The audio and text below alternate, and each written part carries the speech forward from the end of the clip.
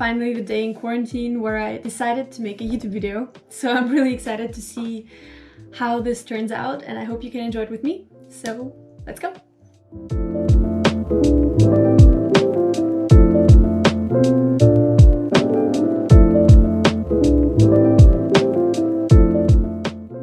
Today I'm going to be showing you some stuff you can do in quarantine to stay productive, but also to just feel productive, even if it's doing nothing. And also I want to say that this is not just for quarantine, this is also if you're just at home and you're bored and you don't know what to do. So I hope that I can help you with this video, and I hope you enjoy.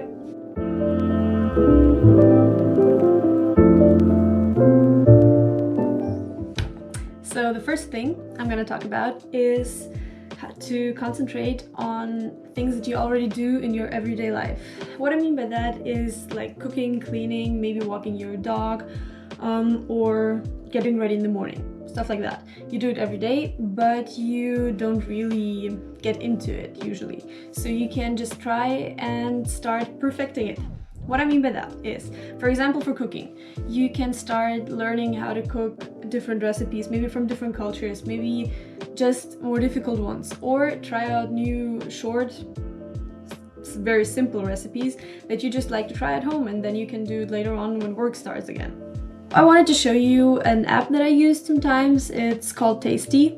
I think it's very easy to use and it has a lot of features that are very useful. I like it a lot because there are so many recipes, many different recipes, and you can specify what you're searching for. So you can, I don't know, put in recipes in less than 30 minutes or 5 ingredients recipes, stuff like that. And you can find many recipes with step-by-step tutorials and stuff like that. So that's a good thing. And also on YouTube there are millions of tutorials. So the second thing was cleaning.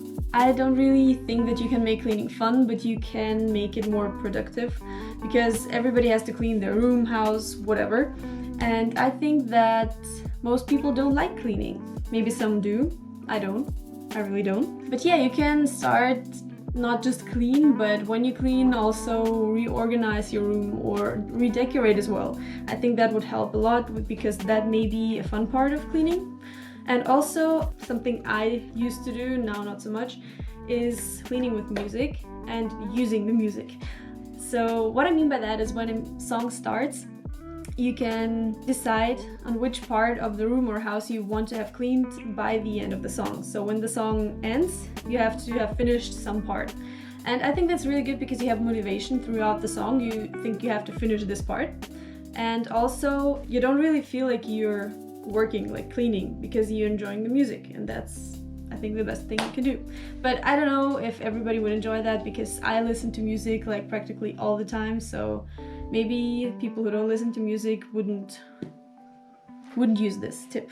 Alright, the next thing was getting ready in the morning and walking the dog. I don't really have any specific tips for that, but I'm sure that you can do it more fun. Like with getting ready in the morning, you can start a morning routine and add some stuff to your morning routine and just stick to that.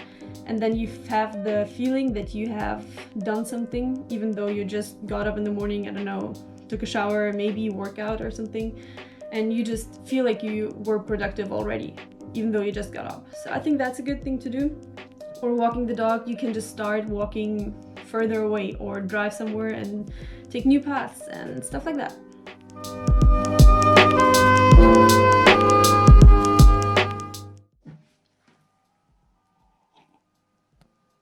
Alright, my second thing today is planning your day and organizing and doing all that, even though you don't have to plan anything, even if you don't have any plans or you don't need to organize anything, but just do it for your soul.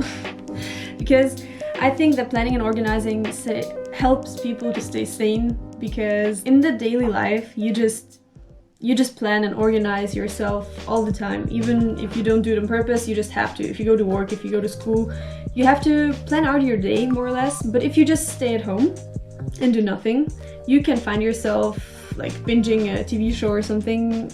Like I did that several days, and it's just not healthy for you and you won't be happy in the long run. So I think what's really good if you just start planning your day Just plan things like when exactly you get up, when exactly you go to bed, when you eat something, what you eat, so you can, I don't know, make a planner. Then you can start like a bullet journal or something like that. Then you are also doing something creative as well, and planning and spending your time more productively, and it feels more productive if you start planning. Also, organize yourself. Organize your room, your house, like redecorate. Organize your workspace or living space at home. And then you can start organizing your digital space as well, like on the laptop, all the folders. It's distracting, and it's just nice if it's all clean and nice. And also you can start organizing your apps on the phone, or just like folders, making folders on the phone. It also feels like a productive thing to do. Something I would like to add to the planning is that you should also start making routines. I'm really trying to do that now. I'm not so good at that, but I think it helps a lot. If you have a morning routine or a night routine, just like things you do every day, like pretty much the same way, when you get up, when you take a shower, when you, I don't know, do whatever you want, like work out, stuff like that.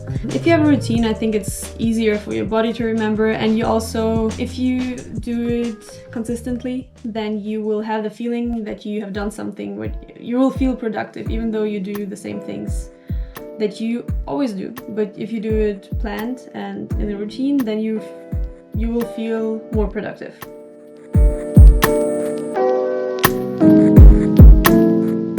Alright, and the third and last point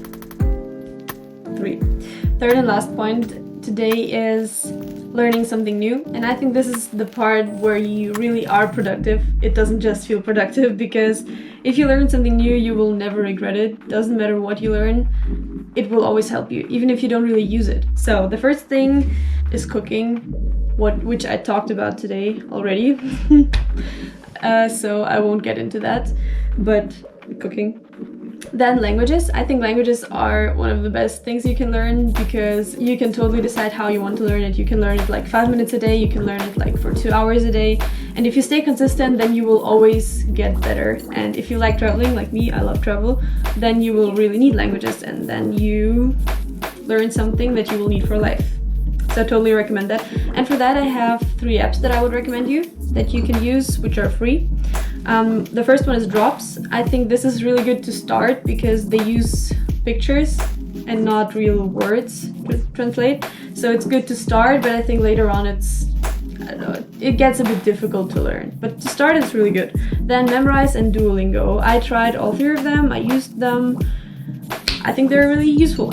And also you can always go online, just on YouTube, or just look up websites where you can learn. There are plenty. The next thing is music instruments. I cannot play any music instrument. I wish I could, but also I don't have the patience at all to play a music instrument. But I'm sure there are people who have the patience, and then it's a really good idea because it's a nice way to spend your time. Yeah, that's it. Okay, the next one is sports. By sports, I mean you can try stretching. Like stretch more and set yourself goals, like you want to do the splits, to be able to do the splits. You can do that. Or you can try yoga class. There are many yoga classes online or on YouTube, or anywhere online actually. Or you can try handstands and acro yoga. I do not know how to pronounce that. Okay, but handstands and stuff like that, you can practice that everywhere. You don't need anything. The only thing you need for handstands is a wall. Like to start handstands, you need a wall, or anything you can lean on. Actually, it doesn't really have to be a wall. So you can do it.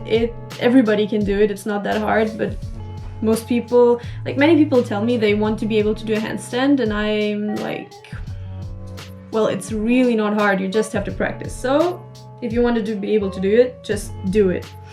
Okay.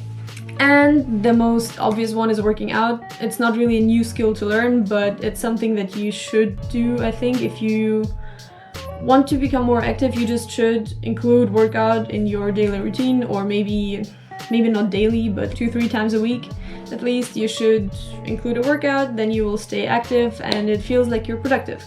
And you are productive actually. Okay, and the last point is art, and by art I mean drawing, painting. There are many tutorials, like for anything else on YouTube and everywhere. You can just learn that.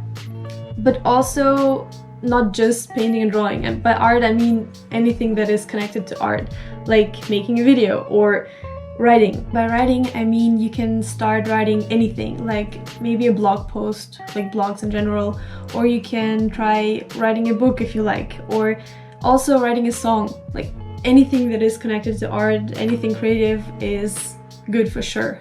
Like it's good for you if you try doing anything creative. Alright, so that's it for today's video. Thank you so much for watching. I hope I could help you with something and you enjoyed this video. And I wish everybody a nice day.